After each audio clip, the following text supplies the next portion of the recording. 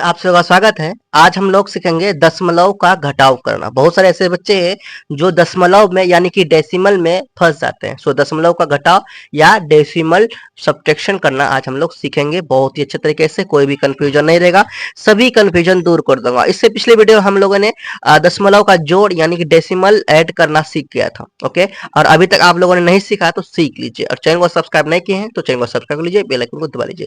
सो आपका ये first question है 76.96 माइनस 7.967। इस तरह से है। देखो स्टूडेंट्स, हम लोग 76 को 76.96 जो है इसको हम लोग ऐसे नहीं बोल सकते हैं। 76.96 ऐसे नहीं बोल सकते हैं। पॉइंट के बाद हम लोग एक एक करके बोलेंगे। पॉइंट के बाद जो भी रहेगा एक एक करके बोलेंगे, ठीक है। पॉइंट से पहले हम लोग 100 हो, टेंथ में हो, हंड्रेड्स में हो, थाउजेंड में हो, ऐसे बोलेंगे, है ना। यानी क्या इधर सैकड़ा करके हम लोग 10 से ये पॉइंट से पहले बोलेंगे। जैसे कि 76 है, 76 बोलेंगे, ठीक है। यहाँ 96 नहीं बोलेंगे, पॉइंट के बाद एक एक करके बोलेंगे 9 और 6। यहाँ पे पॉइंट के बाद ऐसे नहीं बोलेंगे 967, ऐसे नहीं बोलेंगे 967 ऐसे बोलेंगे। ओके, सो ये बात समझ में आ गया। ओके, सो अब हम लोग बनाते हैं। देखिए यहाँ पे मैंने ऊपर वाला को क्या कर दिया, एज इट इज लिख दिया, और नीचे वाला को क्या किया, नीचे। लेकिन पॉइंट को सेट करना सबसे इंपॉर्टेंट होता है, पॉइंट को सेट करना। अब करना क्या, ऊपर वाला जैसा था वैसा एज इट इज मैंने लिख दिया। 76.96 है, उसको लिख दिया 76.96। अब सेकेंड लिखने से पहले रुकना है।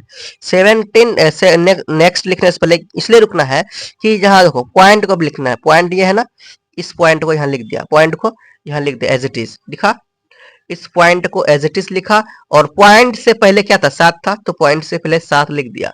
अब देखो पॉइंट के बाद क्या है, 967, तो पॉइंट के बाद 967 ये लिख दिया, लिखा। पॉइंट को देखने के बाद ही देना है, पॉइंट को देखने के बाद यानी पॉइंट डालना है, उसके बाद ही जो भी होगा उसको लिखना है। ओके, सो पॉइंट से पहले 7 था, पॉइंट से पहले 7, पॉइंट के बाद 967 था, 967 लिख दिया। अब देखो करना ये है, अब आपको क्या है कि जहां खाली है वहां जीरो डाल सकते हैं। पॉइंट के बाद हम लोग जीरो डालेंगे तो उसका कोई वैल्यू नहीं होगा। जैसे यहाँ पॉइंट है 96 है, इसके बाद अगर हम लोग जीरो जाएंगे तो इसका वैल्यू नहीं होगा। अब ये ऐसा नहीं होगा कि भाई 960 हो गया, नहीं। पॉइंट के बाद भाई हंड्रेड्स में नहीं होता है, टेंस में नहीं होता भाई, ये अलग अलग पॉइंट बना 1960 ऐसे हो गया, ठीक है। ये कोई 960 नहीं है। पॉइंट के बाद जीरो का वैल्यू नहीं होता है, अभी अभी पता चलेगा, ठीक है। पहले भी मैंने बताया था प्लस वाला में। सो पॉइंट से पहले भी जीरो का वैल्यू नहीं होता है। देखिए कि 7 से पहले अगर हम लोग जीरो लिखेंगे तो क्या भाई इसका कोई वैल्यू होगा, कोई भी वैल्यू नहीं होगा, है ना। जैसे कि 8 से पहले जीरो लिखेंगे तो नहीं होगा, 8 के बाद लिखेंगे तो 80 हो जाएगा। जैसे कि एग्जांपल के तौर पे देखो यहाँ पे, इस पे हम बताते हैं। देखो मान के चलो ये 8 है, 8 से पहले हम लोग जीरो लिखेंगे, इसका कोई वैल्यू होगा, इसका कोई वैल्यू नहीं भाई, ये तो 8 ही हो जाएगा, है ना। अब यहाँ देखो 8 है, 8 के बाद अगर जीरो लिखेंगे तो इसका वैल्यू है भाई, ये कितना है 80 हो गया, ठीक है। कितना हुआ 80, ठीक है। 80 हो जाएगा, कितना होगा, समझ में आ गया। अब हम लोग करते हैं इसको सॉल्व। इतना बात समझ में आ गया, अब करेंगे हम लोग सॉल्व। ध्यान से समझिए कि सॉल्व कैसे करना है। तो घटा हम लोग जिस तरह से बनाए थे सिंपल घटाओ, जिस तरह से सिंपल सब्ट्रैक्शन किए थे, सेम इस तरह का इसको भी ऐसे ही करेंगे।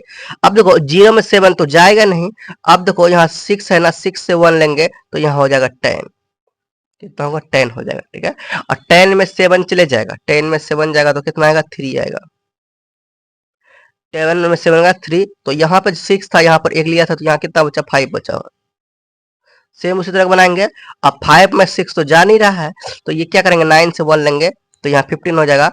और 15 में क्या करेंगे भाई, 15 में 6 को खाएंगे, 15 में 6 को फिर खाएंगे तो कितना होगा, 15 में 6 गया तो भाई 9 बता, ठीक है। 15 में 6 गया 9 बचा, ठीक है। अब यहाँ कितना बचा, ये इससे 1 लिए थे तो यहाँ कितना बचा 8 बचा, 8 लिख देंगे, ठीक है।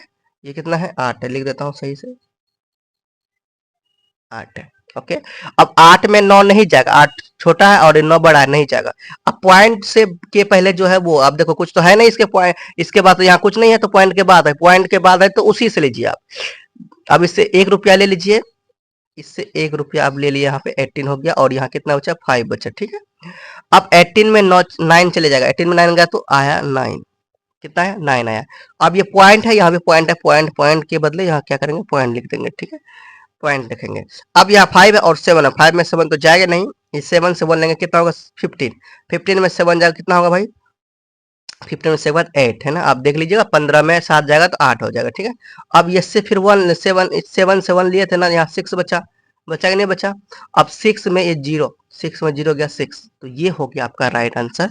ओके, ये क्वेश्चन का। अब इसी प्रकार और भी एक क्वेश्चन देखता हूँ। देखो सेम एज इट इज ऐसा क्वेश्चन है, एट पॉइंट 672 माइनस 0.96 है।